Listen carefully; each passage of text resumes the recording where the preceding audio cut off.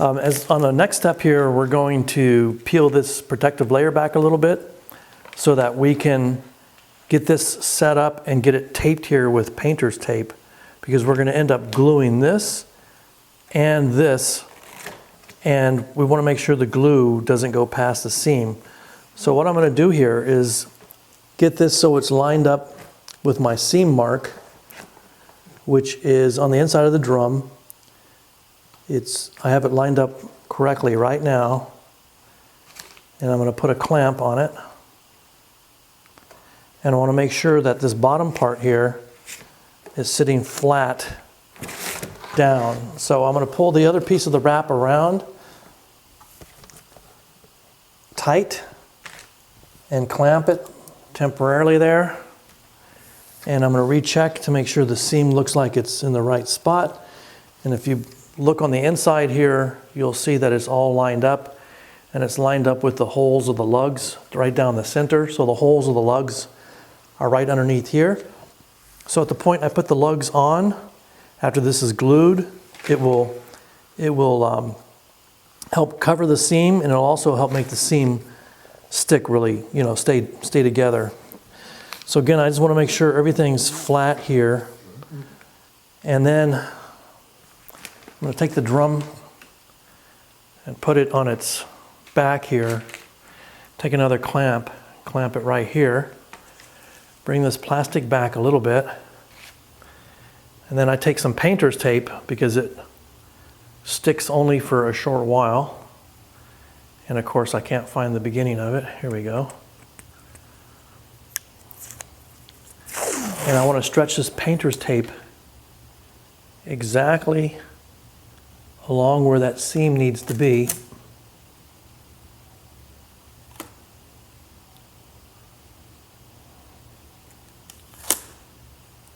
Not easy to do.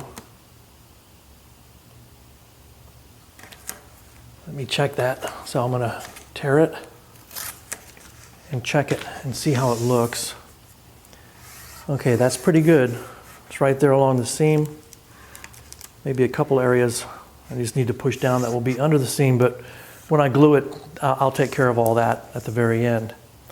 Then I'm going to take this wrap here and bring it up so it's partially over the blue tape, and I'm going to tape over that wrap so that it's out of the way, like that.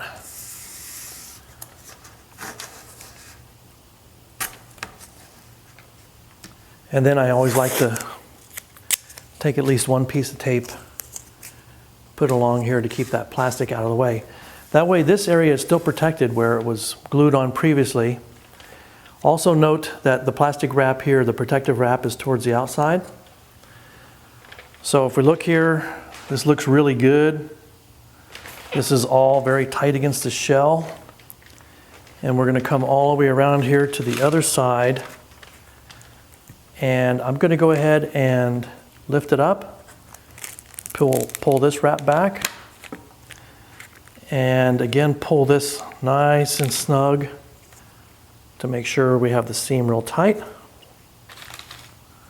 I'm going to clamp it on both sides. And the same as on the other side, I'm going to take some painter's masking tape here and run it along this edge. So it's just right at the edge. And again, what that's going to do is when I glue it underneath here, and there's going to be a little bit of glue over it, that glue won't stick and be seen where I don't want it. I'm blocking it from being on the good plastic part.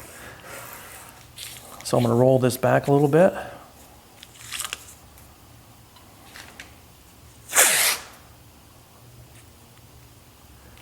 Tape it. Tape it into place.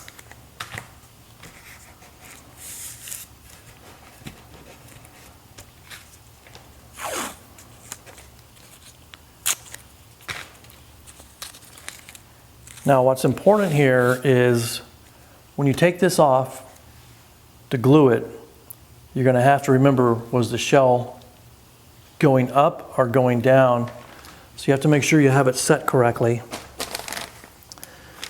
So I'm going to set the shell back, And what I'm going to do next is I'm going to remove this wrap that I just stuck here. I'm going to sand the back with a sanding block just lightly because it helps the glue stick better. And then I'm going to sand along these seams with a sanding block so that the glue will stick there as well.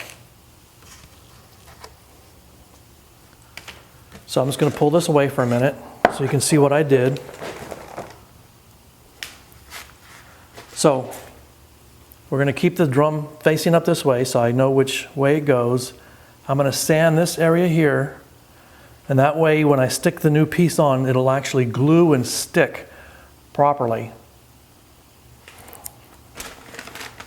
Okay, I'm going to show you how to put sandpaper into a sanding block in case you don't know.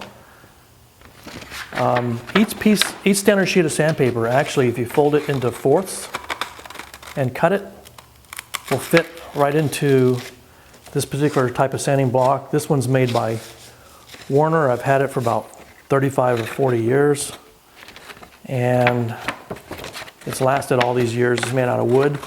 I believe the new ones are made out of plastic, but that should be fine as well. So if I take, I'm using 220 grit sandpaper, by the way. This is Gator grit, which is made in USA. And I'm going to cut out a piece of this, a square, or a rectangle, I should say. And on the sanding block, the way I do it is I just stick one side in, about like this, wrap it around, and then I usually like to lift this up a little bit. This is kind of cumbersome the way they designed it. I tuck this side in, try to get it to go all the way in there. And it usually is a little more cooperative than this. Then I snug it down, and that's good enough for my purposes.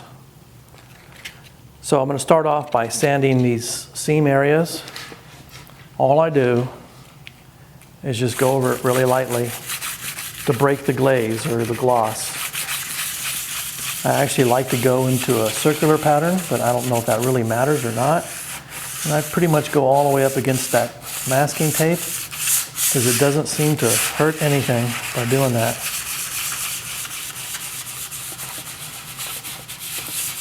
And that's about all you're going to need. Now we're going to come back in a few minutes and wipe that off with a damp paper towel. But if you can get the right angle on it, you can see how it's broken the glaze. So I'm going to work on this side real quick. Again, you'll notice this is about a 2-inch overlap.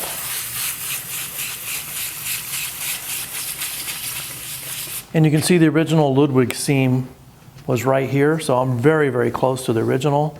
And their original seam tape. They used tape on this particular drum set, even though it was their top of the line.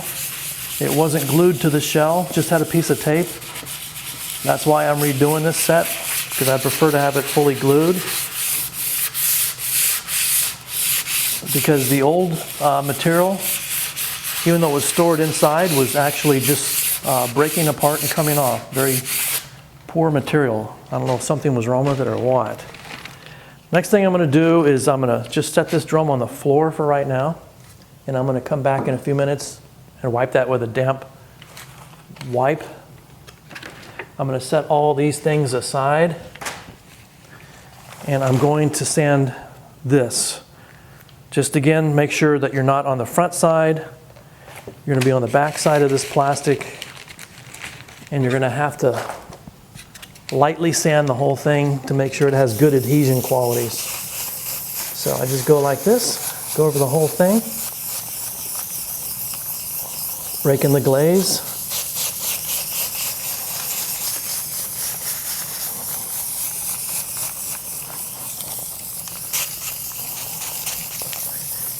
And if you order from Precision Drum Company, they send this wrapped in this craft paper, so I just used the same paper they sent me.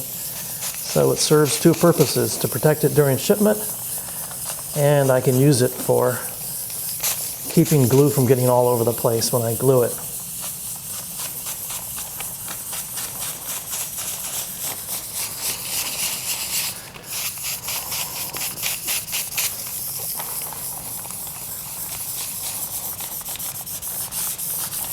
I like to really make sure I have the ends really well broken down as far as glaze goes, because that's the part, same thing along this side here. Those are the parts that are going to be along edges, and I don't want them to have any lifting or any problems.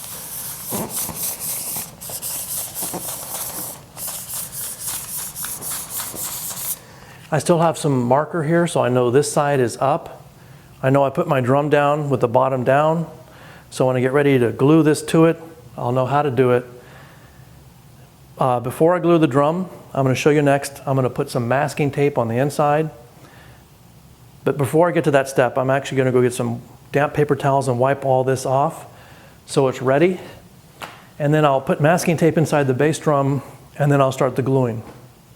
I'm going to start wiping down here to remove any residual dust I created by breaking the glaze on this finish. So all I'm doing is taking some damp paper towels, wiping that down. I'm going to turn it to the other side here and do the same thing. And then, again, I'll put the shell back down under my table, and I'm going to wipe it all off of this piece that I'll be gluing.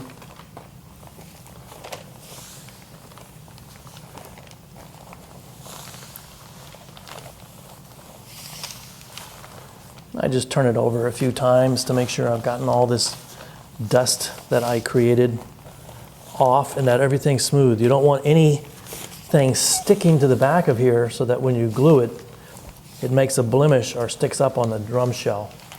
Same thing with the shell. I'll show you in another video how to prepare the shell by doing a little light sanding. But you don't have to do really too much unless there's something seriously wrong with the shell to begin with. Okay, now I'm ready to take the shell and put tape in it to cover all the holes, and then I'm going to start the gluing operation. So I'm going to put the shell up here, and I'm simply going to take this tape and start cutting pieces off. Now I've already drilled the holes for this bottom piece, and so I'm mostly concerned at the moment with glue going through the top piece. So I'm just going to cover the holes like that. That's all you got to do.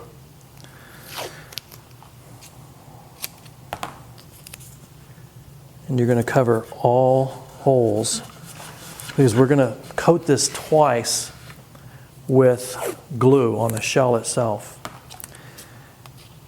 While I'm thinking about it, when you glue it, this particular kind of glue that you use, it's a 3M product. It has to dry all the way before you stick the two pieces together.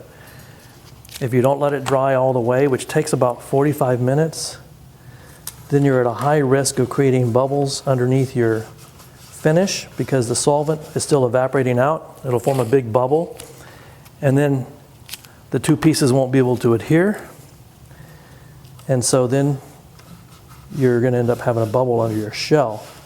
I've done that. The best way around it is when it happens is to keep using what they call a J roller on that area while it still has some adhesive properties within the first 4 hours, and sometimes you can get lucky and get rid of that. So I'll go ahead and finish taping this.